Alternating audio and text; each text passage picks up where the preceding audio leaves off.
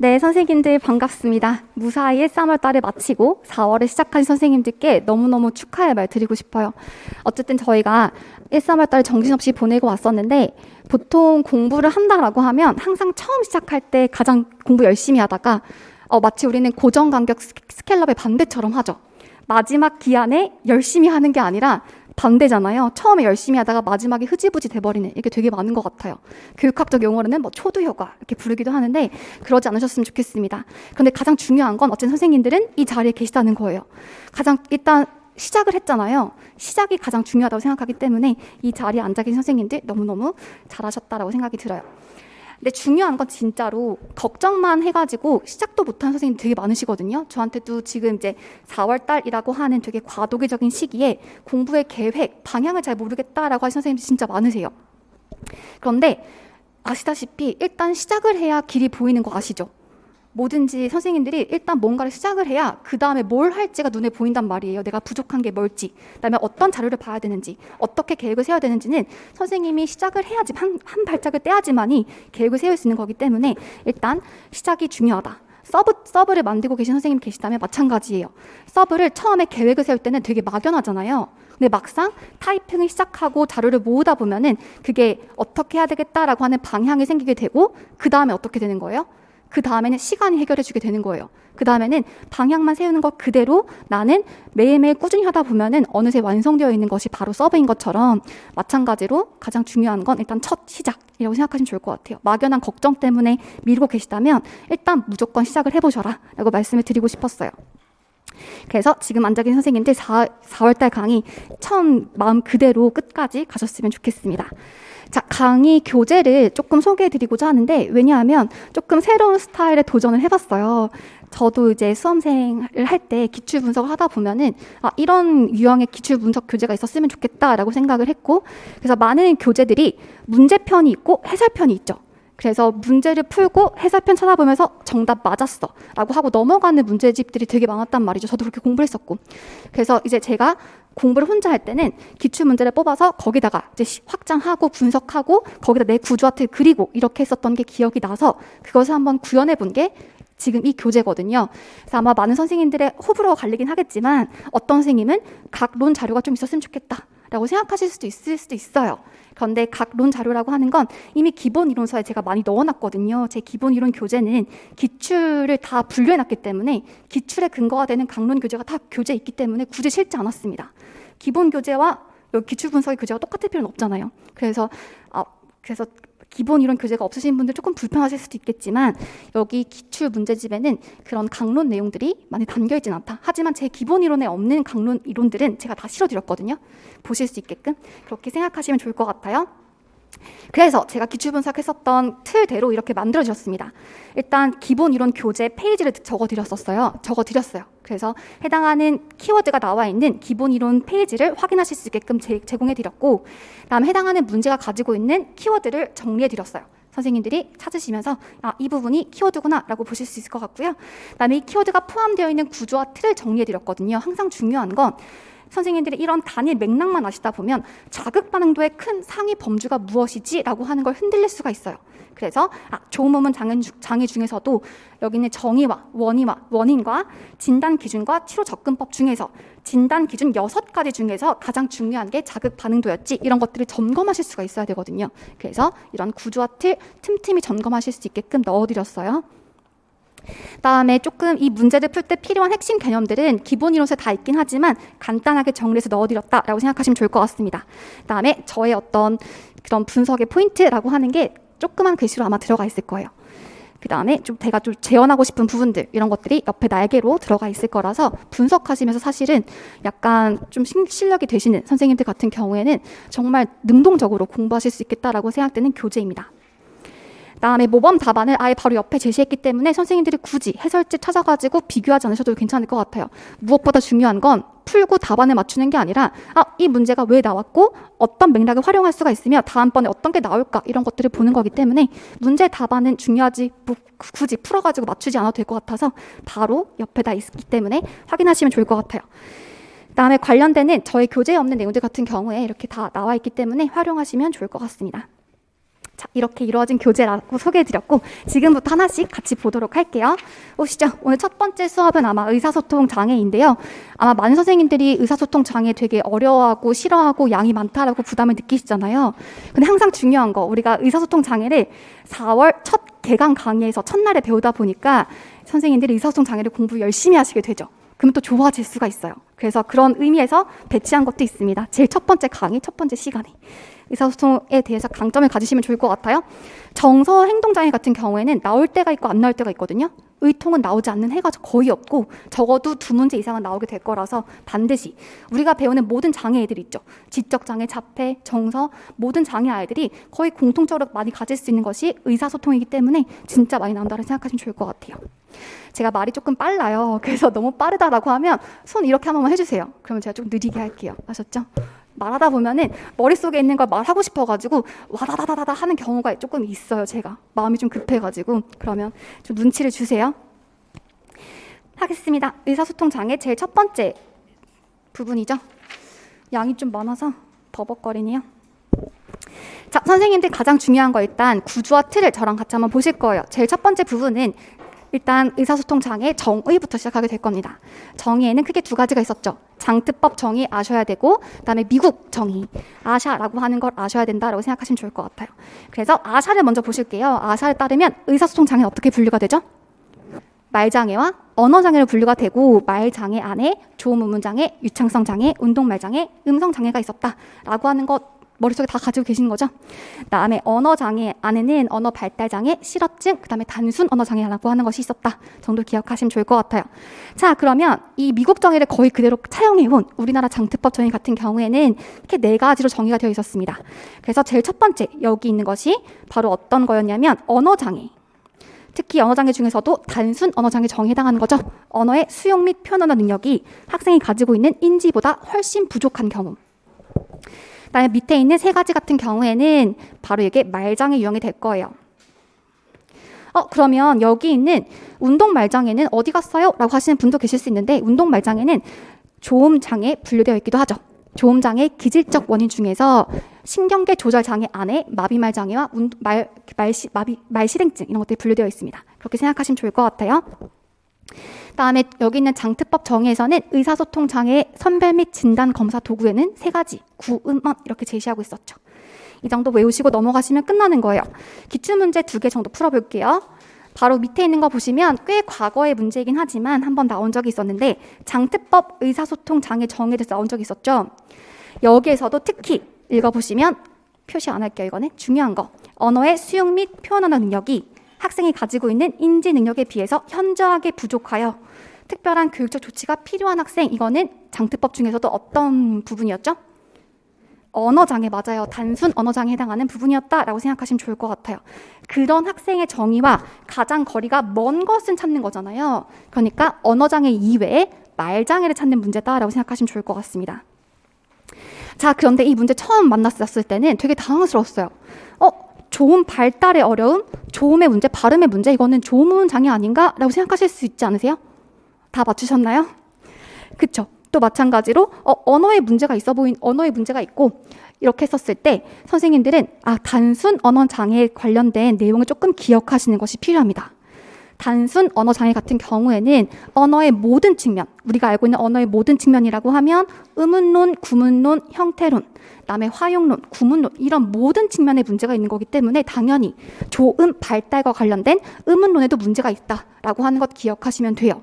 이상한 문제가 아니라 언어 발달 측면에서 조음 발달에 문제가 있을 수 있다라고 하는 것 기억하시면 되겠습니다.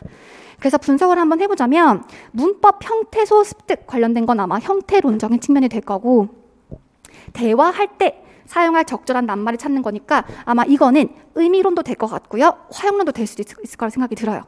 낱말의 의미니까 의미론도 될 수도 있고요. 그다음에 대화 상황이니까 화용론까지도 분석할 수가 있을 것 같습니다. 밑에 있는 4번을 보시면 대화할 때 낱말의 반복, 회피, 막힘 이런 것들에 대한 것은 뭐였죠? 맞아요. 말 더듬 장애 관련된 유창성 장애였죠. 그래서 유창성 장애에 해당함이라고 생각하시면 좋겠고 동사의 과거형과 같은 활용형의 습득과 사용이니까 아마 여기는 형태론적인 측면과 구문론적인 측면이 모두 다 사용되어 있다고 생각하시면 좋을 것 같아요. 형태론과 구문론. 그래서 이처럼 단순 언어 장애는 언어 발달의 모든 측면, 의문론부터 화형론까지 모두 다 문제가 있구나 이런 걸 가지고 계셔야 된다라고 하는 게 중요한 포인트였죠. 이 부분은 조금 기억하시면 좋겠습니다. 그래서 문제는 좀 쉬웠었지만 이 안에서 좀 가져가셔야 될 부분 여기 챙겨가시면 좋을 것 같아요. 넘어가도록 할게요. 자, 그 다음 여기서는 이제 검사 도구가 나오시게 될 거예요. 의사소통 관련된 검사 도구 부분 같이 보시도록 할게요. 지문 분석해 보도록 하겠습니다. 그래서 A라고 하는 학생이 어떤 말을 하는지 잘 모르겠다라고 하면서 특수교사가 보시면 제시문에서 그림 어휘력 검사, 그다음에 밑에 내려오셔서 구문 의미 이해력 검사 이런 말이 나오죠. 또 원인 추론 이해력 검사 이런 말이 나왔을 때 선생님들이 그 의사소통 장애 검사 도구를 조금 떠올리실 수가 있어야 됩니다. 그래서 우리가 배웠었던 거 기억해 보시면 표현 언어 능력 검사 도구와 그다음에 수용 언어 능력 검사 도구를 좀 구분해서 좀 공부를 하겠구나라고 하는 게 시사점이 나오죠. 그래서 우리가 지금 배웠었던 어떤 그림 어휘력 검사나 또는 언어 문제 해결력 검사, 구문 의미 이해력 검사 같은 경우에는 학생의 수용 언어, 이해하는 정도를 분석하는 검사라고 생각하시면 좋을 것 같아요. 괜찮으세요? 오케이. 그래서 이 부분 제가 좀 적어오긴 했는데 선생님들 수고를 줄여드리고자 같이 한번 분석을 해보실게요. 밑에 조금 여백이 있으시면 적어주시면 좋을 것 같습니다. 의사소통 검사 도구.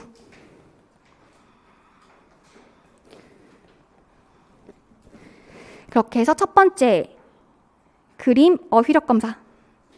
나중에 선생님 찾아보셔도 괜찮을 것 같긴 한데 제가 그냥 좀 적어왔어요. 이거는 연령의 기준이 만 2세에서 8세 11개월까지입니다.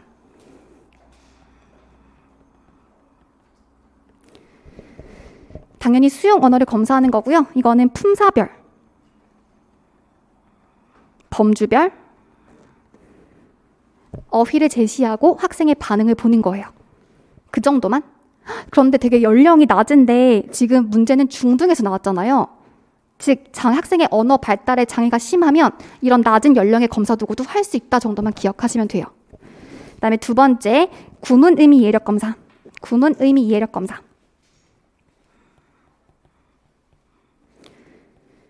이거는 연령의 기준이 만 4세에서 9세까지입니다. 이거는 어떤 구문에 대한 의미를 보는 것으로 문법 범주와 의미 범주를 제시해서 학생에게 들려주고 그 문장에 맞는 그림을 선택하게끔 만들어주는 검사라고 생각하시면 좋을 것 같아요. 복습하시면서 우리 검사 도구 봤던 거 한번 체크해 주세요.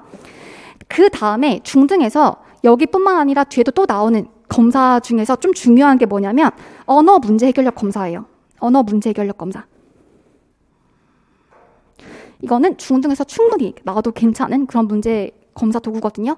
5세에서 12세까지. 이고요. 이건 특히 수용 언어뿐만 아니라 언어 문제를 해결하는 거잖아요. 그래서 상위 언어까지 볼 수가 있어요. 수용 언어뿐만 아니라 상위 언어 인지. 상위 언어 인지. 조금 요즘에 괜찮잖아요. 상위 언어 인식과 같이 상위 언어 인지까지 볼 수 있는 거라서 언어 문제 해결력 검사는 다시 나와도 괜찮겠다. 그래서 여기는 세 가지를 보는 거죠. 혹시 세 가지 아시는 분 계세요? 원인, 이유, 해결, 추론, 단서, 추측 이렇게 하는 거 세 가지. 원인, 이유, 해결, 추론, 단서, 추측이라고 하는 이런 관련된 문제를 제시하고 학생에게 언어를 표현하게끔 만들어 보는 이런 검사라고 생각하시면 좋을 것 같아요. 그래서 상위 인지까지 볼 수 있는 거. 원인, 이유 문제, 해결, 추론 문제, 단서, 추측 문제.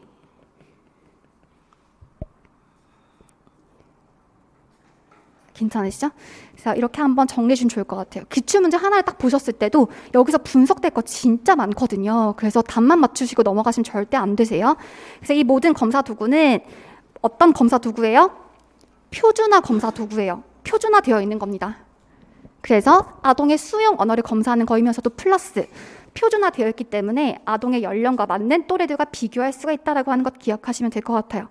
자, 그래서 제시문에서 어떻게 나와 있었냐면 표준화되어 있는 검사 도구인 그림 어휘력 검사와 그다음에 구문 의미, 그다음에 원인 추측, 원인 이유 이런 게 나와 있는 언어 문제 해결력 검사가 나와 있고 보시면 자발화 나와 있잖아요. 자발화 검사도 문제에서 나와 있죠. 그 이유가 뭐냐면 표준화 검사와 비표준화 검사인 자발화를 비교하는 게 되게 중요하기 때문이에요. 표준화만 절대 하면 안 되고 비표준화 검사인 자발화까지 같이 보면서 특히 자발화는 어떤 검사? 수용이 아니라 표현 언어까지 검사할 수 있다라고 하는 게 되게 중요한 문제이거든요. 그래서 이 문제 되게 괜찮았어요. 그래서 표현 언어 능력 중에서도 자바라 검사는 여기가 표준화된 검사였고 여기는 비표준화된 검사다 라고 하는 것 기억하시면서 조금 비교하시는 포인트 괜찮습니다. 그래서 문제 다시 한번 볼게요. 그래서 이렇게 그림 어휘력 검사를 통해서 낱말의 표현력이 아니라 뭐죠? 이거는 수용, 낱말의 수용 언어 능력을 보겠다라고 하는 거죠.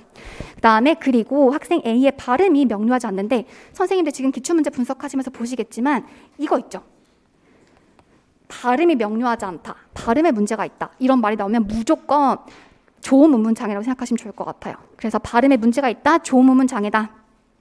그래서 특히 혀, 입술, 턱의 움직임에도 문제가 있는지 봐주세요 라고 하는 건 어떤 부분이 의심되고 있는 거예요? 조음 음문 장애 중에서도 기질적 원인이에요? 아니면 기능적 원인인 거예요?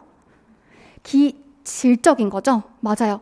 특히 조음기관의 구조적인 결함과 관련된 조음기관의 구조적 결함, 즉 기질적인 문제에 대해서 조금 보고 싶은 거예요. 예, 고맙습니다 라고 하면서 자, 그럼 혹시 선생님 부모님에게 집에서 이 학생의 자바라에 대해서 평가를 좀 받으실 수 있을까요? 라고 했더니 좋아요 라고 했습니다. 그 다음에 선생님 여기서는 일반 교사를 말하는 거예요. 학생이 포함되는 일반 선생님 너도 한번 학생의 자바라를 교실에서 수집해 줄래? 라고 하고 있죠. 이렇게 자발화는 부모님에게 집에서 요청하는 것과 그 다음에 일반 교사에게 학급 상황에서도 관찰해 주실 수 있냐라고 하는 것 왜 그렇게 할까요? 자바라 분석은 맞아요. 다양한 상황에서 다양한 사람과의 발화를 수집해야 되기 때문이다 라고 생각하시면 좋을 것 같아요. 그래야지만이 어떤 걸 띌 수가 있죠? 대표성 맞아요. 자연스러우면서도 대표적인 이러한 발화를 수집할 수 있기 때문에 부모님에게 일반 교사에게 요청하고 있는 겁니다.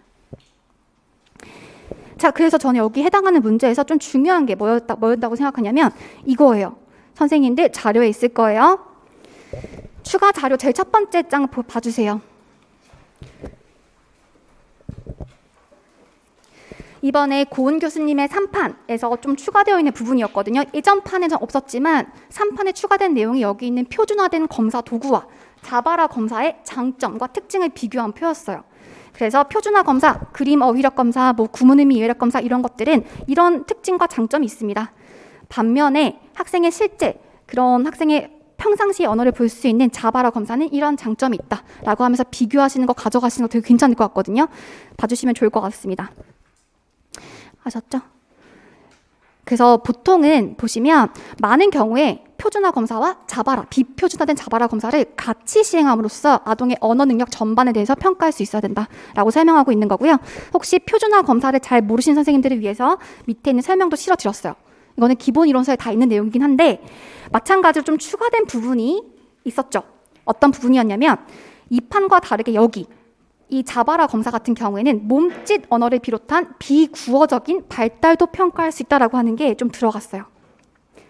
원래도 할 수 있었겠지만 이전 판에는 이런 설명이 없었는데 이 자바라 검사를 통해서 몸짓 언어를 비롯한 비구어적인 의사소통 발달 정도도 평가할 수 있다. 그리고 특히 이렇게 아직 의미 있는 언어를 사용할 수 없는 학생도 평가할 수 있고요. 또 표준화된 검사 도구를 사용할 수 없는 학생들에 대해서도 평가할 수가 있겠죠. 그래서 이런 부분에 대해서 저는 좀 읽어보시면서 자바라 분석의 특징들까지 정리해 주시면 좋을 것 같아요. 여기까지. 네, 여기까지 하시면 좋을 것 같고요. 다음에 선생님들 항상 이제 복습하실 때 어떻게 봐주시는 거냐면 의사소통 장애 정의 부분에서는 장트법과 아샤가 있었는데 아샤는 그냥 베이스고 장트법에서는 그 언어 장애라고 하는 부분이 한번 나왔었고요. 그다음에 검사 부분에 있어서는 표준화된 검사 도구도 있겠지만 비표준화된 자바라 검사랑 같이 사용할 수도 있겠구나라고 하는 거 정리하시면 끝인 거예요. 스터디 하실 때도 이렇게 말을 한번 해보시고 끝나시는 거예요. 넘어가도록 하겠습니다. 이제 하나씩 볼 겁니다. 조음음문 장애부터. 자, 조음음문 장애 같은 경우에는 크게 정의 아셔야 될 거고 그 다음에 원인 부분 아셔야 되죠. 원인에서 기질적 원인과 기능적 원인이라고 하는 것 기억하셔야 돼요. 그다음에 진단 부분에 있어서 이 조음음문 장애를 진단할 때 필요한 6가지 기준을 반드시 가져가셔야 됩니다. 여기 아직 보지 마세요. 제가 정리해 드릴 거니까. 그래서 여기는 자음 정확도와 오조음 발생 빈도부터 마지막 말 명료도까지 6가지 기준이 있구나라고 하는 것 외워주시는 거 필요하고요. 그다음에 목표 음소 설정 시 고려 사항이라고 하는 것도 정리하실 겁니다. 그다음에 조음음문 장애 치료 접근법 크게 2가지 뭐가 있었죠? 전통적인 것과 언어인지적인 것. 오케이, 기억하시면서 문제 보실게요. 제일 첫 번째는 분류사항 여기다 분류하긴 했는데 이것도 기본 베이스가 될 거예요. 일단 말 산출 기관. 각 기관이 말소리 산출에 작용하는 부분, 말소리 산출 기관이라고 생각하시면 좋을 것 같아요. 말소리를 산출하기 위해서 관여하는 기관들이 나오게 될 겁니다. 그래서 이 부분은 저희 교재에 없기 때문에 밑에 있는 내용을 실어드렸었어요.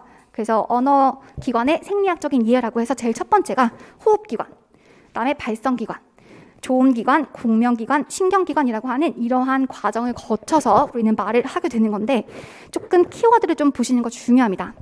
그래서 흡기와 호기라고 하는 게 있고 특히 호기라고 하는 시간이 길어야 우리가 말을 좀 잘할 수가 있어요. 많은 뇌성마비 아이들이 보이는 것이 바로 역호흡이잖아요. 그래서 흡기와 호기를 잘하지 못할 때 특히 숨을 들이마시면서 말하는 걸 역호흡이라고 하죠. 되게 말이 불안정하고 답답해 보이고 이렇게 하는 특징. 그래서 호기 시간이 길어지는 걸 필요하기 때문에 약간 호흡 훈련할 때 뭘 하나요? 빨대 불기, 뭐 바람개비 불기 이런 걸 통해서 호기를 늘리는 훈련도 하게 되는 거잖아요. 그다음에 발성기관이라고 하는 거 잘 봐주세요. 이런 공기를 발성기관, 압력을 통해서 목소리를 전하는 걸 말하는 건데요. 중요한 건 성대를 이제 진동을 만들어줘야 되는 것이 바로 발성기관입니다. 우리가 말을 할 때는 성대가 닫혀 있어야 돼요. 그래서 성대가 접촉하면서 말소리가 산출되는 거거든요. 만약에 성대가 열려 있을 경우에는 굉장히 말소리가 산출되지 않을 수도 있고 또는 바람 새는 소리 이런 것들이 나올 수 있다라고 하는 것 기억하시면 돼요. 그래서 여기 있는 부분에서는 성대 접촉이 불충분할 경우에는 속삭이는 듯한 음성이 산출될 수 있다. 반대로 너무 이렇게 꽉 닫혀 있을 경우에 성대는 이렇게 움직여야 되는 거거든요. 근데 이렇게 꽉 닫혀 있어가지고 움직이지 못하는 경우에도 마찬가지로 쥐어짜는 듯한 음성이 산출된다. 나중에 음성장에서 이 부분 또 기억하시면 돼요. 그래서 성대는 이렇게 개폐를 반복하면서 자연스럽게 돼야 되고 말을 할 때는 닫혀 있을 수 있어야 된다라고 하는 것 기억하시면 되겠습니다. 그다음에 조음기관 같은 경우에는 혀의 위치로 인해서 이렇게 발음을 만들어내는 거죠. 그다음에 공명기관에는 크게 구강, 비강, 인두강이 있고 이거는 키워드 소리의 생성이 아니라 소리의 특성에 영향을 주는 거다. 그래서 공명이 많다라고 하면 약간 비음 이런 것들이 산출되는 거죠. 그래서 이 부분에 대해서 설명한 문제였습니다. 같이 한번 읽어보시면 여기 성대에 진동을 지난 공기가 인두강을 지날 때 특히 여기 있는 연구개가 닫혀 있으면 이 공기는 어디로 갈까요? 구강으로 나와요. 그래서 구강음이 산출되게 되고 반대로 여기는 연구개가 열려 있다라고 하면 공기가 코로 빠져나가는 거예요. 그러면 이 말소리가 비강을 통해서 나오게 되는 거죠. 이거는 지금 어떤 부분을 설명하고 있냐면 연인두 개폐를 통해서 이 공기가 코로 나오느냐 구강으로 나오느냐를 설명하고 있는 공명의 과정을 설명하고 있는 내용이에요. 그래서 연인두가 열리면 비음, 연인두가 닫혀가지고 이 공기가 입으로 나오게 되면 구강음을 형성하는 과정에 대해 설명하고 있었고 그래서 너무 쉬운 문제긴 한데 풀어보시면 구강과 비강음의 형성 과정을 설명하고 있는 거 맞는 설명이죠. 그 다음에 성문 아래에 공기 압력의 형성 과정은 어떤 기관이었죠? 발성기관. 괜찮으세요? 발성기관이었다. 공기의 기도 압력, 발성기관. 다음에 성대를 지나면서 조절된 소리의 공명 과정 맞는 소리죠. 다음에 횡격막의 하강으로 인한 에너지원의 공급 과정이라고 하는 건 이거는 호흡기관과 관련된 거예요. 그래서 이렇게 한번 봐주시면 좋을 것 같아요. 발성기관, 공명기관, 공명기관. 예전 문제여가지고 다시 나올 것 같지는 않지만 되게 약간 우리가 나중에 배울 것의 베이스가 되는 부분이라서 한번 봐주시면 좋을 것 같습니다. 그래서 이 부분만 조금 기억하시면 좋을 것 같아요.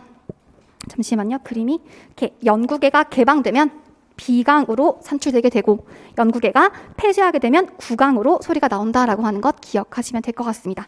넘어가도록 할게요. 이거는 두 번째 문제입니다. 자, 보시면 문제부터 항상 먼저 보실 거잖아요.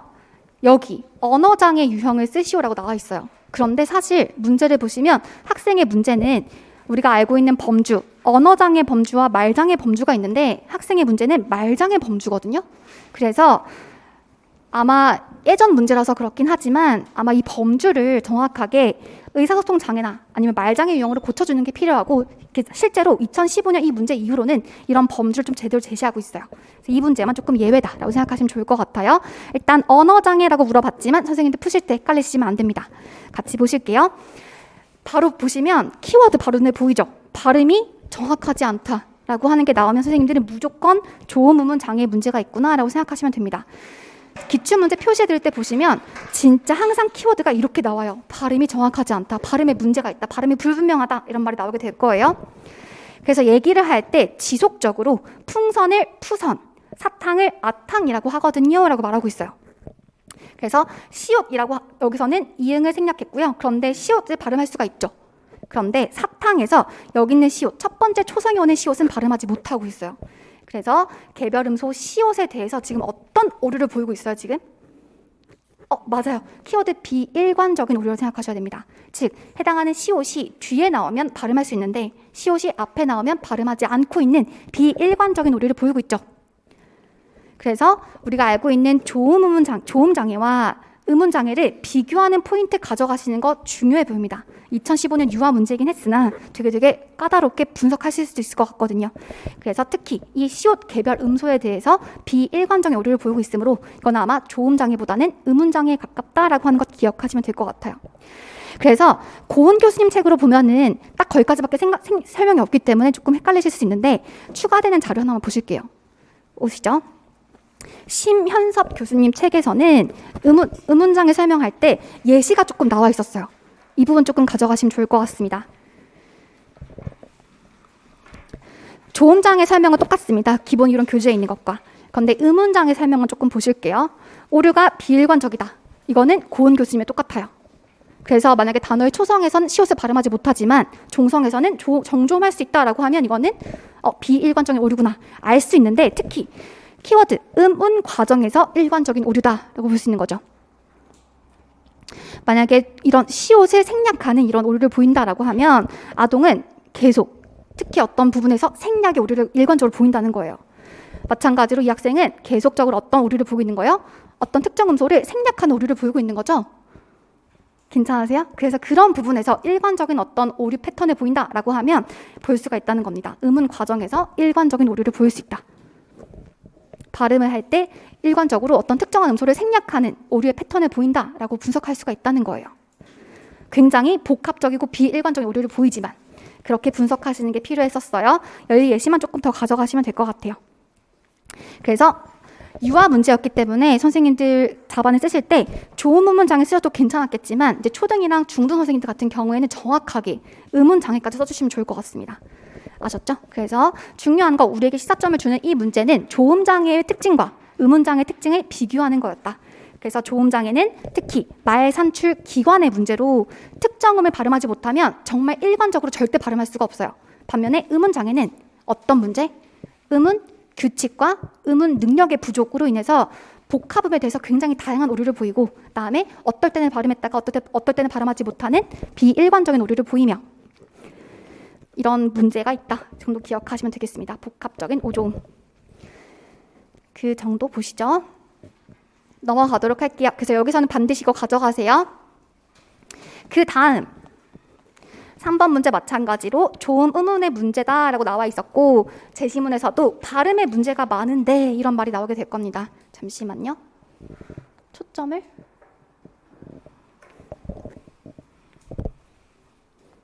초점 한 번만 껐다 킬게요. 흐리죠 화면이. 됐다. 네. 그래서 조음 음운 문제를 가지고 있고 발음에 문제가 많은데 라고 하는 거에서 조음 음운 장애다 라고 볼 수가 있을 거예요. 그래서 여기선 특히 중요한 게 뭐냐면 기질적인 문제 원인과 그다음에 기능적인 원인을 구분하는 거였고 중등에서는 기질적 원인 세 가지를 쓰시오라고 하는 문제가 나온 적이 있었습니다. 밑줄 친 기억 세 가지를 제시하고라고 하면 선생님 혹시 기억나실까요? 기질적 원인 세 가지는 조음 기관의 문제, 두 번째는 청력의 이상, 세 번째는 중추 또는 말초신경계 손상, 신경계 손상이죠. 세 가지 써주시면 좋을 것 같아요. 기능적인 원인은 다른 말로 원인을 알 수 없는 문제라고 부르기도 해요. 그래서 물어볼 리가 잘 없겠죠. 그래서 이런 약간 원인이 불분명한 거에 대해서는 잘 생각하지 않으셔도 괜찮을 것 같고 기질적인 원인이 나온 적이 있었다 정도 기억하시면 좋을 것 같습니다. 그 다음은 니은의 네 가지 지도 방법을 구분해서 쓰는 문제였어요. 우리 조음 음운 장애 그 치료 접근법은 두 가지가 있었는데 전통적인 것과 언어 인지적 접근법 두 가지가 있었잖아요. 그 중에서도 이 두 가지를 비교하는 게 되게 중요했었습니다. 키워드. 앞으로 한 두세 번 정도 더 나올 거예요. 전통적인 것의 키워드는 뭐였죠? 개별 음소의 초점. 반면에 언어 인지는 맞아요. 오류 패턴을 분석하는 것이 목적이었다라고 하는 거 기억하시면 되겠죠. 그래서 분류하자면 여기 나와 있는 짝 자극기법은 어디예요? 전통적, 변별 자질은 언어인지적, 음은 변동은 언어인지, 조음점 지시법은 오케이, 구분하시는 거 어렵지 않았었습니다. 다음에 두 접근법의 차이점을 비교해서 설명하시오라고 했기 때문에 아마 키워드는 이 개별 음소에 초점을 두느냐 또는 오류의 패턴을 분석하느냐라고 하는 게 들어가면 다 정답이 되겠죠. 어렵진 않았었고요. 다음에 이 고은 교수님의 새로운 강론책에서 이건 기본 이론서에도 있는 내용이에요. 그래서 강론책에서는 여기 있는 조음점 지시법의 장단점이 좀 추가되어 있었습니다. 그래서 장단점들 봐주시면 좋을 것 같아요. 당연히 전통적이니까 개별 음의 정확도를 높일 수 있는 건 장점이겠지만 단점은 일반화가 조금 어려워요. 그쵸? 시옷, 스스스 발음을 잘하는데 이 스가 약간 다른 음운 환경, 사를 만나면 이걸 발음하지 못하는 거예요. 또는 세를 만나면 이 똑같은 시옷 발음인데도 발음하지 못하는 것. 이게 바로 전후 문맥에서 발생되는 어떤 일반화의 문제가 있다고 생각하시면 좋을 것 같아요. 다음에 짝 자극기법도 마찬가지로 장단점 조금 추가해서 봐주시면 좋을 것 같아요. 읽어봐 주시고요. 또 나올 거라서 넘어가도록 할 겁니다. 4번 문제 보실게요. 분석하는 거 되게 이렇게 간단하게 우리가 지금 영역별로 뜯어보고 있는 거라서 전체 문제를 다 보진 않아요. 아셨죠? 그래서 일단 문제를 보시면 밑줄 친 비읍은 음운 변동 분석의 결과인데 땅콩과 장구에 잘 읽으셔야 되죠, 이 문제. 첫 음절과 둘째 음절 사이에 나타난 오류를 각각 한 가지씩 찾아서 순서대로 구분하시는 문제였습니다. 자, 그래서 같이 한번 보시면 순이만 보시면 돼요. 부정확한 발음 이런 문제가 나오면 조음문 장애 그 카테고리구나 라고 하는 것 가져가시면 좋을 것 같고 이런 부정확한 발음을 해서 의사 전달이 조금 어려운 상황입니다. 그래서 땅콩은 강공으로 그다음에 장구는 앙쿠 이렇게 발음하고 있는 거죠. 같이 한번 분석을 해보실게요. 땅콩은 어떻게? 강공. 그럼 하나씩 디귿은 어떻게 발음한 거예요? 기역. 그다음에 콩은 마찬가지로 기역을 분석한 거죠. 그러면 같이 한번 봅시다. 이 디귿이 기역으로 되는 거 우리 선생님들 혹시 자음 분류표 기억나세요? 한 번만 그려볼까요? 오케이. 양수는부터 시작하죠. 양, 치, 경, 연 다 외우고 계시는 거 좋아요. 그 다음에 순서대로 맞아요. 파마파 비유 그리신 다음에 순서대로 쓰시면 되죠. 다 어떻게 외우고 계시면 되는 거예요? 가, 서, 하, 자, 물, 놀, 이, 를 이렇게 위치로 조금 기억하시는 거 괜찮습니다. 전 이거 그리지 않아도 다 할 수 있어가지고 지울게요. 안 되시는 분들은 반드시 그리고 시작하세요. 그래야 안 틀려요. 아셨죠? 자, 디귿이 기역으로 발음되는 건 조음 위치 측면에서 어디예요? 치조음에서 연국의 음 된 거죠. 연국의 음화 된 거고 조음 방법적인 측면은 어때요? 똑같죠. 둘 다 전부 다 폐쇄음인 거잖아요. 그래서 방법은 별로 변화가 없어요. 그러면 우리가 조금 추가된 긴장도와 기식도 측면에서 조금 보자고요. 중요한 거. 이거는 어떤 음? 긴장음, 된소리음에서 어떻게 된 거예요? 이완음이 된 거잖아요. 그래서 어떻게 표현할 수가 있죠? 긴장음화되었다 라고 표현할 수가 있겠죠. 좋아요. 다음에 키역에서 기역을 된 것은 이거는 위치나 방법 다 구분할 필요가 없겠네요. 그러면 여기 긴장음과 기식음 측면에서는 어떻게 된 거예요? 기식음화되었다라고 표현하는 거죠. 이렇게 표현하시기만 하면 됩니다. 다음에 두 번째가 뭐였죠? 장구에서 앙쿠. 글씨를 제가 잘 못 써요. 이렇게 했을 때 지읒에서 이응으로 된 것은 어떤 거예요? 이응은 음가가 없는 거라서 생략이라고 분석하시면 좋을 것 같아요. 생략. 다음에 기역에서 키읔 된 것은 맞아요. 기식음화 되었다. 어렵진 않았는데 처음 나왔었을 기식음화와 긴장음화 이런 것들이 처음 나왔었거든요. 그래서 조금 중등에서 기준으로 해서 앞으로 유초 선생님들까지 봐주시는 거 필요할 것 같아요. 그래서 분석하실 때 여기까지도 좀 추가하시는 거 필요하죠. 이완음, 그다음에 기식음, 긴장음이라고 하는 거에서 이렇게 이완음에서 기식음화 되는 것을 기식음화 되었다라고 표현하는 거고 이 기시금이 탈락되는 것을 탈기시금화 또는 이완음화 되었다라고 표현할 수도 있는 건데, 이 기출문제를 기준으로 한번 보셨을 때는 이거 이렇게 쓰는 게 조금 더 타당해 보이시지 않으세요? 괜찮으세요? 오케이. 그런데 이게 문제가 되는 게 뭐냐면, 보세요. 여기서 긴장음화 되는 것까지는 알겠어. 그런데 쌍비읍을 브라고 하는 것도 탈긴장음화, 이것이 이렇게 되는 것도 탈긴장음화 되는 거잖아요. 그렇기 때문에 이때는 좀 구분해서 쓰시는 거 필요하겠다라고 생각이 들었어요. 만약에 이렇게 두 개가 나와 있으면 이거는 이완음화 된 거고 이거는 기시금화 된 거라고 표현하시면 더 좋겠죠. 그래서 그럴 경우에만 조금 구분하셔서 쓰시면 좋을 것 같고, 여기서는 탈긴장음화 되었다라고 표현할 수도 있을 거예요. 그 정도만 봐주시면 좋겠습니다. 이렇게 여기선 가져가실 게 그 정도인데, 한번 기출 문제니까 한번 분석을 해왔어요. 그러면 남아있는 똑똑에서 도톡 하는 건 어떻게 분석할 수가 있을까요? 쌍디귿이 디귿된 거고, 그 다음에 쌍디귿이 티귿으로 된 거잖아요. 이게 바로 그 문제인 거죠. 둘 다 탈긴장음화예요. 그럴 경우엔 어떻게 쓰신다고요? 얘는 이완음화 되었다, 얘는 기시금화 되었다, 이렇게 쓰시면 되는 거예요. 마찬가지로 나무에서 납부된 것은 대치된 게 하나밖에 없네요. 미음에서 피읍된 거. 좋은 위치는 어디예요? 똑같죠? 양수는 좋은 방법은 비음에서 폐쇄음화 되었다라고 할 수 있을 거예요. 폐쇄음화 되었다. 무는 비음이고 프는 타열음화 또는 폐쇄음화니까. 그 다음에 이완음에서 어떻게 된 거예요? 기시금화 되었다라고 표현할 수도 있어요. 기시금화 되었다 표현할 수가 있겠죠. 오케이. 넘어가도록 하겠습니다. 자, 그 다음 여기서 조금 또 분석하실 수 있는 게, 이렇게 자음 정확도든 오류 음운 변동 분석을 하다가 마찬가지로 검사자를 하나만 두는 것이 아니라 두 검사자 간의 신뢰도를 확보할 수 있다라고 하는 게 고은 교수님 책에 나와 있었던 부분이거든요. 그렇기 때문에 이 부분도 봐주시면 좋을 것 같아요. 우리가 알고 있는 내용 그대로입니다. 검사자 간 신뢰도, 두 명의 검사가 얼마나 일치한 결과값을 가지느냐라고 보는 것으로 총 34개의 항목에 대해서 40개 중에서 34개 항목에 대해서 일치하고 6개가 불일치하면 40분의 34 이렇게 해서 구하는 거예요. 큰 수분의 작은 수에서 구하는 거, 라고 생각하시면 좋겠습니다. 보통 0.85 이상이 되면은 두 검사자 간 신뢰도가 높다라고 판단할 수 있다 정도만 기억하시면서 넘어가실게요. 자, 이렇게 보시면 진짜 제시분이 하나도 그냥 나오는 게 없거든요. 그렇기 때문에 이것만 풀고 넘어가기엔 너무너무 아깝죠. 그래서 분석하시는, 이런 의미에서 분석하신 후에 선생님께서 복습하실 때도 이 문장을 하나하나 뜯어보면서 조금 분석하시는 거예요. 자, 그 다음에 실시 목적의 차이점인데, 키워드 목적의 차이점이다라고 생각하시면 좋을 것 같아요. 그래서 우리가 알고 있었던 것처럼 자음 정확도 분석은 개별 음소에 초점을 둔 거고, 분석에 초점을 둔 거고, 여기 있는 음운 변동 분석은 오류 패턴의 분석에 초점을 둔 거다라고 생각하시면 좋겠습니다.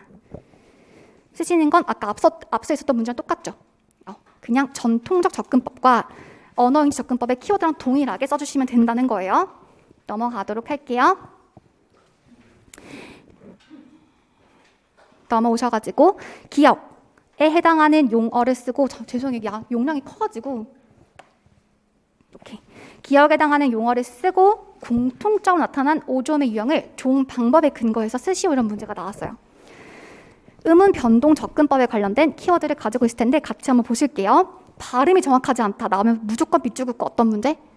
좋은 음운 장애구나, 발음에 문제가 있구나 라고 생각하시면 좋겠고, 그래서 자가용, 장난감처럼 특정 음소, 지읒이 포함된 단어를 잘 발음하지 못한다라고 하면 특히 어떤 장애? 조음 장애구나. 맞아, 특정 음을 잘 발음하지 못하니까 조음 장애에 해당하는구나. 이러한 조음 음운 장애를 지도하는 접근법은 크게 전통적과 언어인지가 있는데, 특히 언어인지 중에서 하나인 기억 접근법이라고 하는 건 중요한 거 여기죠. 말소리 발달 과정에 남아있는 발음을 단순화하는 비정상적인 기억 현상을 제거해준다라고 하는 건 우리가 알고 있는 언어인지의 두 가지가 있었잖아요. 변별 자질과 음운 변동 중에서 이상한 건 아니에요. 우리 자연스럽게 말을 할 때 나타나는 게 뭐죠? 음운 변동은 정상적인 것으로 할 수 있어야 돼요. 평생. 하지만 이런 비정상적인 것을 찾아서 고쳐주는 것은 여기 있는 음운 변동이 될 거예요. 괜찮으세요? 음운 변동 현상을 제거해주는 방법이다. 이 정의는 그대로 나와 있습니다. 음운 변동 현상이라고 하는 것은 학생이 음운 발달 진행되는 과정에서 발음을 편리하게 하기 위해 수정하는 것이, 단순화하는 것. 그래서 우리 말할 때 항상 예시 드는 게 이거잖아요. 한번 읽어보시면 어떻게 읽으세요? 국어 이렇게 읽으시죠? 우리 절대 국어 이렇게 읽지 않아요. 자연스러운 거거든요. 그런데 이 조음음운 장애 학생들은 좀 비정상적인 이러한 음운 변동을 찾아서 고쳐주는 거다라고 생각하시면 좋을 것 같아요.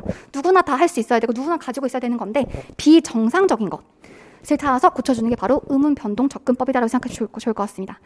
자, 그래서 이 접근법의 장점이라고 하는 게 여기 기출문제 나와 있거든요. 그래서 확장하신다면 여기 있는 장점의 워딩을 그대로 외워주시면 그 뒤에 나오는 초등문제 답안 쓰시기가 좋을 것 같아요. 그래서 해당하는 이거는 음운 변동 장점이라고 나오긴 했지만 모든 언어인지 즉 변별 자질이든 음운 변동 접근이든 둘 다 답안으로 괜찮아요. 오류 패턴을 찾아서 수정해주면 하나만 치료하는 것이 아니라 공통적인 요소를 다 치료하는 거기 때문에 일반화, 전이의 장점이 있다라고 하는 것으로 기억하시면 되겠습니다.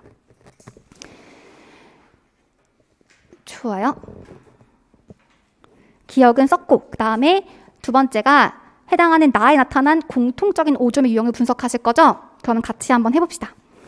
풍선이라고 해야 되는데 티귿이라고 발음했어요. 그러면 좋은 위치만 하지 말고 방법도 다 해볼까요? 방법. 오케이. 이걸 근거해서 해석하는 거긴 한데 위치는 어디예요? 둘 다? 치조음 맞아요? 오케이. 치조음. 방법은 마찰음에서 파열음화 되었다, 폐쇄음화 되었다 쓰시면 되죠. 또 다르게 어떻게 분석하실 거였죠?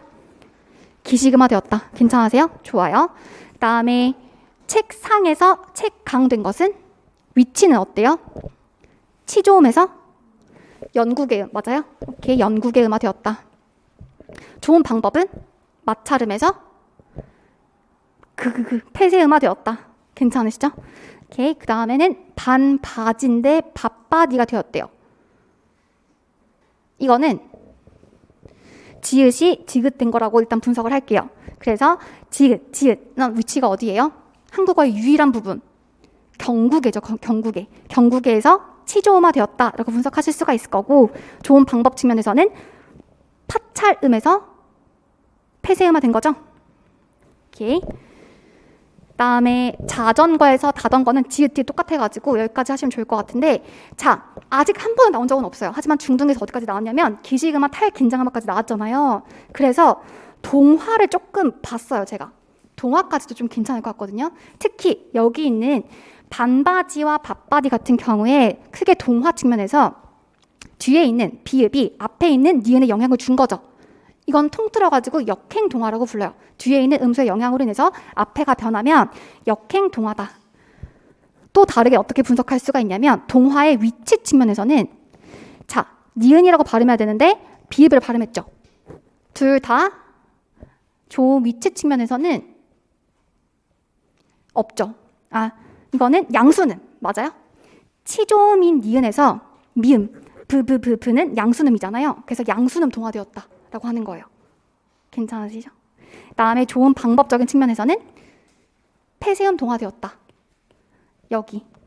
원래 니은이라고 발음해야 되는데 뒤에 있는 비읍 때문에 이렇게 비읍을 발음한 거잖아요. 그렇기 때문에 이 비읍과 똑같이 양수음 동화되었고 폐쇄음 동화되었다라고 분석할 수가 있는 겁니다. 폐쇄음 동화되었다.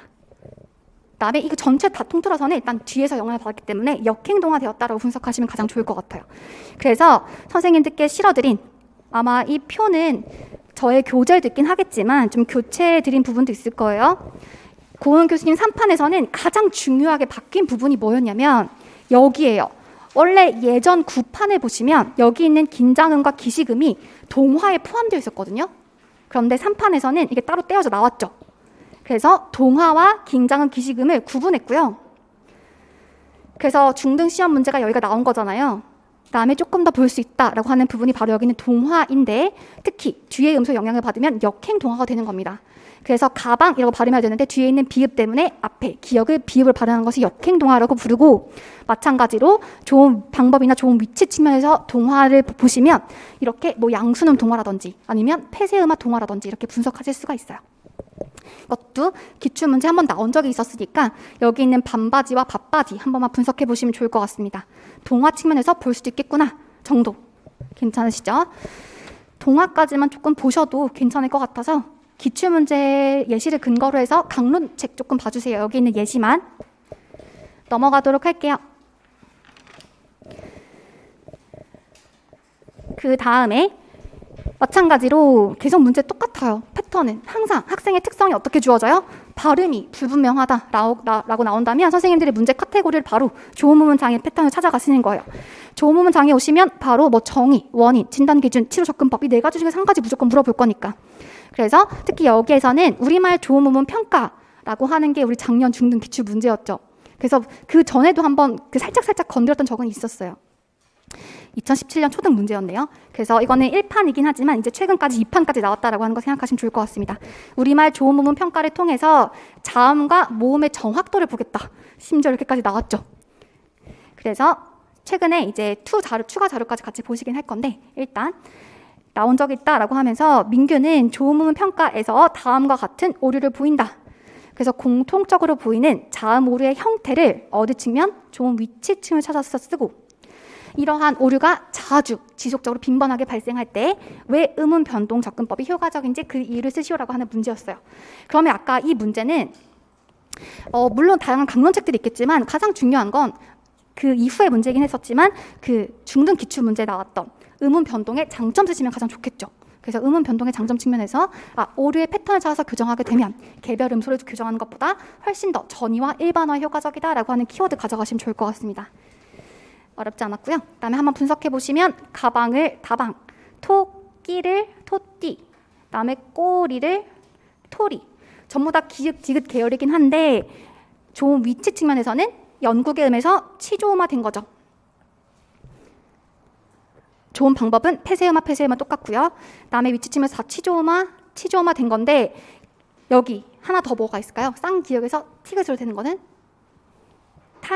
긴장음화 또는 기식음화 이렇게까지 분석하실 수가 있을 것 같아요. 그래서 공통적인 것은 치조음화되었다 또는 항상 혀가 뒤에서부터 앞으로 오면은 전설음화되었다라고 표현하기도 하거든요. 또는 혀가 앞에서 뒤에 가면 후설음화되었다. 그래서 답안에 같이 쓰긴 했었지만 이것도 마찬가지로 좁혀주진 못하죠. 둘 다 쓰시는 건 괜찮은데 특히 약간 순서도 이걸 먼저 쓰시는 건 괜찮아요. 근데 이것만 쓰시는 건 절대 안 돼요. 우리 채점을 할 때 1점짜리면 항상 그 앞에 있는 키워드만 채점하거든요. 1점 하나. 그렇기 때문에 순서도 되게 중요하잖아요. 답안을 쓰실 때. 그래서 쓰실 때도 치조음화를 항상 먼저 쓰기. 그런데 한 번밖에 없는 시험 아는 거 다 쓰고 나와야 되니까 전설음화까지 쓰시는 건 괜찮다. 오케이. 넘어갈게요. 장점 어렵지 않았죠? 그 다음에 그러면 조음문 평가 같이 한번 보도록 하겠습니다. 좀 추가되는 자료에서 붙여드렸는데요. 조금 읽어보면서 표시해드릴 부분 보실게요. 자, 우리말 조음문 평가 유탭 같은 경우에는 낱말과 문장 수준 2가지 검사를 통해서 아까 우리 검사 결과지 보셨던 것처럼 자음과 모음 정확도도 볼 수 있고요. 플러스 뭐까지? 그 분석된 표를 통해서 음운 변동에 대해서도 볼 수가 있어요. 2가지 결과를 얻을 수가 있습니다. 그래서 대상은 만 2세에서 12세 아동을 대상으로 하고 있다. 그래서 검사에서의 그림을 보여주면서 학생이 이를 모방하거나 재구성하는 거죠. 왜냐하면 지금 뭘 보고자 하는 거예요? 학생의 발음을 보고자 하는 거라서 검사자가 그림을 보여주고 학생이 그것을 발음해 보도록 하는 거예요. 그래서 학생의 조음 능력을 평가하는 것이 목적이다. 그래서 검사자가 어떻게 하냐면 여기 있는 그림을 잘 보세요. 자, 선생님이 손가락으로 가리키는 그림의 이름을 한번 말해보세요. 이게 뭐야? 라고 하면 학생이 이거에 대해서 말을 해야 되죠. 그럼 그 단어에 대해서 발음을 보는 거예요. 근데 학생이 만약에 말을 하지 못하면 검사자는 단서를 줄 수가 있어요. 2번까지. 첫 번째 단서를 줬을 때 말하지 못하면 2번 단서를 제시할 수가 있습니다. 그런데 그때도 실패하게 되면 이제 그때는 이제 모방을 유도하죠. 낙타라고 따라 말해봐. 낙타. 이런 식으로 2번까지 단서를 주다가 학생이 그런 단서에 반응하는 걸 실패하게 되면 그 다음에는 목표 단어를 유도할 수 있는 모방을 제시해요. 이렇게 하는 이유는 학생이 검사자가 어떤 시각적, 청각적, 촉각적 단서를 주었을 때 얼마나 유사하게 발음할 수 있는지, 즉 뭐예요? 자극 반응도까지 보여주기 위함이다. 내가 낙타 말해봐 했을 때 학생이 낙타 따라 말하면 자극 반응도 높은 거잖아요. 그렇기 때문에 아마 그런 것까지 보기 위해서 다양한 자극을 통해서 모방 검사를 실시한다라고 생각하시면 좋을 것 같아요. 자, 이렇게 문장으로 제시하거나 그림, 낱말을 통해서 제시했을 때 분석하는 방법은 크게 3가지예요. 어두 초성, 4가지. 어두 초성, 어중초성, 종성, 어말, 종성 네 가지인데요. 이거 구분하시는 게 어려우시면 이렇게 생각하시면 돼요. 일단 무조건 처음 어두와 어말을 구분하는 거는 단어의 첫 번째 부분과 마지막 부분이라고 생각하시면 좋을 것 같습니다. 무조건 단어의 첫 번째, 여기가 어두가 되겠죠. 단어의 마지막, 여기가 어말이 되는 거예요. 그 사이에 있는 모든 것들은 어중입니다. 괜찮으세요? 전부 다 어중이에요. 어두와 어말만 기억하시면 되고 그 사이는 전부 다 어중이다. 그 다음에 초성과 종성 같은 경우에는 자음의 첫 번째 글자를 초성이라고 부르죠. 받침으로 쓰이는 자음을 뭐라고 부르죠? 종성이라고 부르죠. 그래서 그렇게 구분하시면 돼요.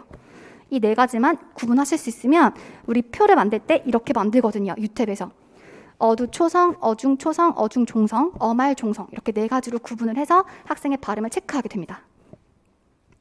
그래서 만약에 학생이 자장밥 또는 뭐 가방 이렇게 했을 때 잘 발음한다 라고 하면 플러스 라고 기록을 하고요. 학생이 만약에 그 발음을 하지 못했다 라고 하면 생략 이렇게 표현을 해요. 그 다음에 학생이 특정 단어로 바꿔서 말했다 라고 하면 그 실제 바꿔서 말한 그 음소를 써주게 되고요. 그 다음에 학생이 왜곡을 했다 라고 하면 왜곡만 조금 써놓을게요. 왜곡은 잘 나타나진 않지만 D라고 써놔요. 그래서 정반응을 하면 플러스, 그다음에 학생이 생략을 하면 이 공표를 사용하고 학생이 대치를 했다라고 하면 그 대치한 음소를 그대로 써주고요. 학생이 왜곡, 무슨 말인지 모르겠는데 한국어 음소에는 없어 라고 말하면 이렇게 D라고 써주는 거예요. 이렇게 기록을 한 음소표를 통해서 자음 정확도와 모음 정확도를 구할 수가 있고 이런 표를 통해서 학생이 주로 보이는 오류의 패턴에 대해서도 분석할 수 있다라고 생각하시면 좋을 것 같아요. 오케이, 넘어가도록 하겠습니다. 중요한 거 여기 하나만 더 표시할게요.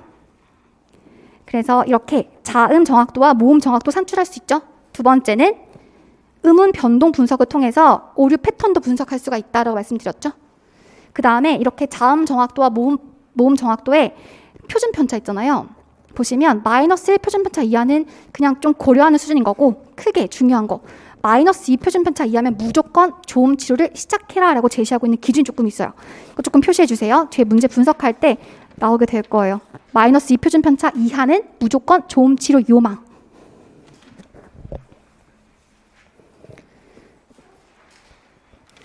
자, 넘어가도록 하겠습니다. 자, 그러면 우리 작년 중등 문제가 어떻게 나왔는지 보실게요. 이 유탭이 2017년 초등 문제에서 살짝 언급되었었고 작년 중등에서는 이제 유탭에 관련해서 검사 실시하는 방법까지 나와 있었는데요. 같이 한번 보시면 우리말 조음음은 평가 실시 방법이다 라고 나와 있었죠. 우리말 조음음은 평가 결과 낱말 수준에서는 자음 정확도가 65.1%, 모음 정확도는 90%다 라고 나와 있었습니다. 그래서 특히 모방이나 청각적 혹은 시각적 단서를 주었을 때 정조음하는지를 알아보기 위한 기억 검사에서는 기억 음소는 이렇게 반응을 보였다라고 하는 것. 이거 무슨 말이죠, 이건? 자극 반응도 맞아요? 자극 반응도 괜찮으세요? 오케이, 아까 우리가 봤던 것처럼 여기 학생이 단서를 주었음에도 불구하고 반응을 보이는 걸 실패하면 그때 이제 교사는 모방을 유도한단 말이에요. 이 모방을 할 때 청각적, 시각적, 촉각적인 단서를 주면서 얘가 얼마나 잘 따라 말하는지 보는 거예요. 자극 반응도가 높을수록 잘 말하게 될 거니까. 그렇죠? 그래서 자극 반응도라고 하는 키워드가 나왔었고요. 그다음에 실시 방법에 있어서는 이 강론만은 안 되고 좀 추가 자료가 또 필요합니다. 근데 신기한 거 뭐냐면 이 유탭뿐만 아니라 모든 조음 평가에 관련된 내용이거든요. 잠시 뒤에 있는 거 다시 보셔야 이 문제를 풀 수 있어요. 그래서 이 문제는 유탭만 보시면 안 되고 여기 있는 걸 다 보셔야지만이 풀 수 있었던 굉장히 복합적인 문제였어요. 자, 여기 보시면 조음음 평가 옆에 유탭 지워버리세요. 제가 고은 교수님 강론제 다시 확인해 보니까 유탭이 아니라 그냥 모든 조음음 평가와 관련된 내용이었습니다. 그래서 같이 한번 읽어보실게요. 검사 전에 아동의 어떤 조음 기관의 이상이나 기질적인 원인이 없는지를 한번 봐야 돼요. 그래서 얘가 기질적인 원인이라고 하면 반복 훈련이 답이 아니니까 기질적인 원인이 있는지 또 인지에 문제가 있는지 이런 것들을 파악하는 것이 필요하다. 모든 조음, 음음 평가를 할 때는. 다음에 아까 보셨던 것처럼 조음, 음음 평가를 위해서 표준화된 검사. 우리가 알고 있는 거 뭐죠? 지금 방금 배웠던 거? 유탭. 유탭은 표준화된 검사죠. 플러스 자바라와 같이 비표준화된 것도 실시할 수가 있습니다. 그래서 아까 보셨을 때 여기 기억나세요? 기출문제 16페이지에 보시면 반응 속도가 좀 느리니까 조금만 이해해 주세요. 여기 비표준화된 검사인 자발화 표본을 수집해서 자음 정확도 측정하는 것도 보이시죠? 즉 학생의 조음 능력을 평가하기 위해서 유탭이라고 하는 표준화된 검사만 있는 것이 아니라 자발화, 비표준화된 자발화 검사도 학생의 발음에 대해서 평가할 수가 있다라고 하는 것 기억하시는 거 괜찮아요. 왔다 갔다 죄송해요. 그래서 표준화된 검사, 유탭, 그다음에 비표준화된 자발화도 실시함으로써 학생의 조음, 음운 능력을 평가할 수가 있고요. 실제적인 조음, 음운 능력을 평가하기 위해서는 낱말 수준 검사보다는 자발화와 같이 약간 학생이 진짜 실제 상황에서 대화나 이야기를 하면서 수집하는 것이 조금 더 적절할 수가 있겠죠. 그런데 이렇게 막 하는 게 어려울 수 있으니까 자발화에서도 어떤 유도하는 상황이나 놀이 상황을 만들어서 얘기를 하기도 하잖아요. 표준화된 검사를 실시할 때 중요한 점이 뭐냐면 모든 표준화된 검사, 즉 유탭도 마찬가지. 정반응이 학생이 되게 민감할 수 있기 때문에 특히 맞아요 이렇게 표현하지 말고 OX로 표시하지 말라 그래요. 중요하다. 그래서 교사는 가급적 중립적인 반응을 해주되 학생이 산출하지 못하면 어떤 단서를 주거나 모방도 가능하다라고 하는 게 모든 조음, 음운 능력 평가의 공통점입니다. 특히 이런 평가받는다라고 하는 느낌은 아동의 발음에 약간 영향을 줄 수가 있기 때문에 중립적인 반응, 학생이 교사가 어떤 발음을 수정해 주려는 노력 이런 거 하지 말아라 라고 설명하고 있었어요. 그 다음에 표준화된 검사인 유탭 장단점을 보시면 표준화된 검사가 가지고 있는 장점과 단점이 있더라 정도만 기억하시면 되겠습니다. 그래서 당연히 자발화 상황에서 파악할 수가 없으니까 뭐까지 하라고요? 비표준화된 자발화 검사도 하라는 거죠. 괜찮으시죠? 그래서 표준화된 검사와 비표준화된 검사 좀 구분하시는 게 고은 3판에서 추가된 내용이기도 하고 좀 중요해 보여서 좀 가져가시면 좋을 것 같아요. 오케이, 지금 여기까지 했고 그러면 다시 문제로 돌아오셔서 보실게요. 정반응을 하면 정답이야 라고 하는 건 좋지 않아요. 중립적인 반응을 해주는 것이 좋다. 그래서 답안 하실 때 여기다가 조금 하나 끼워주세요. 정반응을 할 경우 네 그렇군요와 등과 같은 중립적인 반응이 좀 키워드인 거죠. 교사는 네 그렇군요 이렇게 뭐 잘했어요 맞았어요 이런 것보다는 네 그렇군요 이렇게 중립적인 반응을 해주는 것이 좋다. 디귿이 틀렸고요. 적절한 유대관계를 형성한 후 검사를 실시한다라고 하는 건 너무너무 중요해요. 모든 표준화된 검사 도구를 보시면 보통은 학생과 6개월 이상 라포를 형성한 검사자가 실시하게 되잖아요. 이건 공통점으로 맞는 설명입니다. 일반적으로 맞는 설명이고요. 단어의 이름을 모를 때는 유도 문장을 말해준다라고 하는 것 맞는 설명이죠. 그래서 작년에 많은 중등 선생님들이 검사를 하는데 유도 문장을 한다고 해서 많이 낚였던 문장이에요. 그렇죠? 그래서 이거 맞는 설명입니다. 조음, 음운 장애 검사를 할 때는 유도 문장을 말해줄 수가 있고 반응을 보이지 않으면 모방도 요구할 수가 있죠. 맞는 설명이었어요. 그래서 되게 작년에 이걸 유탭을 잘 공부하지 않았었기 때문에 되게 어려웠던 문제이긴 한데 보고 나면 되게 간단한 문제였던 것 같습니다. 그냥 그대로 나온 거죠. 그다음에 정반응을 보인 단어는 플러스로 표기하는 거 맞아요. 5점을 보인 단어를 마이너스로 표기하는 게 아니라 어떻게 표기했었죠? 생략은 공표. 그다음에 대치한 음소는 대치한 음소 그대로 적어주고 그다음에 왜곡한 것은 D 이렇게 써주는 등 표기할 수가 있었다. 기억하시면 되겠습니다. 그래서 틀린 것은 디귿과 시옷이었고 선생님도 한번 답안 보시면서 정리해 주시면 좋을 것 같아요. 중요한 건 이제는 중등에서 나왔었기 때문에 이제 유초 중 선생님들 한 번씩만 이 검사와 관련된 부분 꼼꼼하게 읽어보시고 정리하시기만 하면 될 것 같아요. 당장 또 오래 나오진 않겠죠. 하지만 또 모르는 거니까 한 번만 꼼꼼하게 읽어보시면서 정리해 주세요. 자, 그러면 저희 여기까지 하고 좀 끊었다가 이어가도록 할게요. 고생하셨습니다.